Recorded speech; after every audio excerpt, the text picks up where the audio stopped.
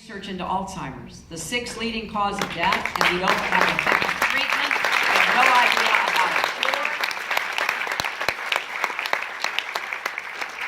And I also want to pledge to the teachers and educators here in this audience, active and retired, I want to be a really good partner to work with you to do what works for kids.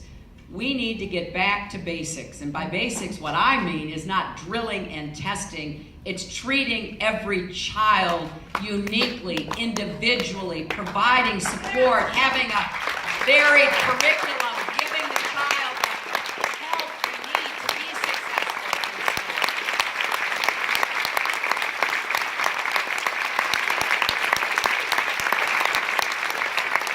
And then I want to build on President Obama's proposal to make community college free, and to make four-year college and university tuition debt-free.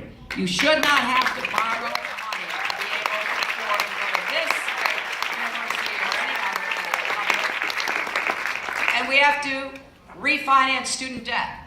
And the way we'll do that is what we do with home mortgages and car payments.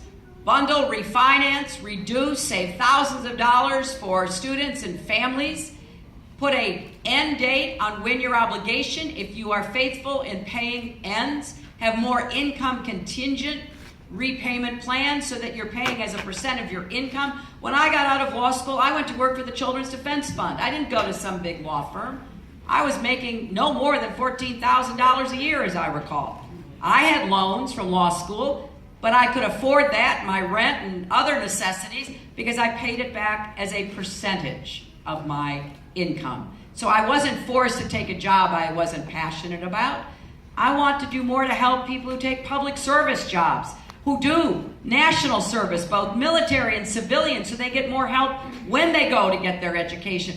We can transform how young people are getting an education and open the doors to more if we really focus on making it affordable. And I do not believe the federal government should be making a profit off of lending money to students in order to get an education.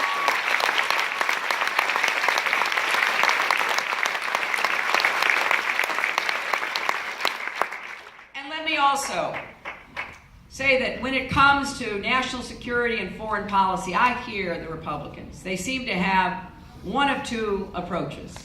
One, bomb, carpet bomb, bomb some more, send American ground troops, call it a day. That's their national security policy, best I can understand it.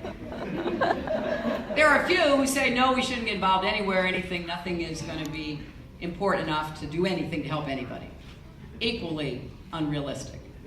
So let me tell you where I stand and what I tried to do as Secretary of State in President Obama's first term. The United States must lead. If we do not lead, it's not that we have someone else step up and lead, consistent with our values, consistent with increasing peace and prosperity. We have a vacuum.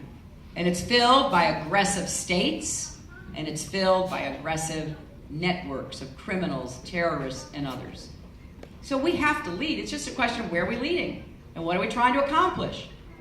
Now, when I hear the Republicans, you know, they string our names together. They'll say, oh, the failed Obama-Clinton foreign policy.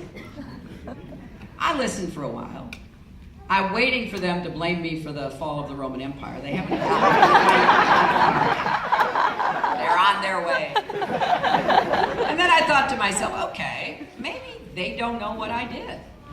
So I sent them all a copy of my book, Hard Choices, about the hard choices I made, I was part of, as Secretary of State. I figured, you know, there were so many of them, they could have a book club. They could sit there, read it, and talk about it. And I thought, you know, if they want to know how you use diplomacy to try to bring Iran to the negotiating table by imposing crippling sanctions, including getting Russia and China on board, they can read about it, because I started right as soon as I was appointed.